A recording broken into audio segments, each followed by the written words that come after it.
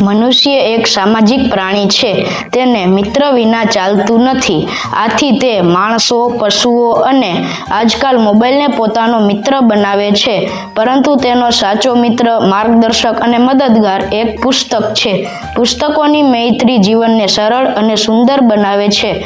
પુસ્તકો આપણને જ્ઞાન, આનંદ અને પ્રેરણા આપે છે. સારા પુસ્તકો વાંચવાથી આપણી વિચાર શક્તિ વિકસે છે અને વ્યક્તિત્વ વધે છે. પુસ્તક એ એવી વસ્તુ છે જે આપણને ક્યારેય દગો આપતું નથી. પુસ્તકો આપણા મનને શાંતિ આપે છે. સારા પુસ્તકો આપણે જ્યારે દુઃખી હોઈએ ત્યારે તે આપણો સાથ આપે છે. તેમાં રહેલા વિચારો અને વાર્તાઓ આપણને નવી દિશા આપે છે. સારા પુસ્તકો સારા સંસ્કાર અને નૈતિકતા વિકસાવે છે. વિદ્યાર્થીના જીવનમાં પુસ્તકોનું ઘણું જ મહત્વ છે. પાઠ્ય પુસ્તકો જ્ઞાન આપે છે, જ્યારે વાર્તા અને કાવ્યના પુસ્તકો મનને પ્રેરિત કરે છે.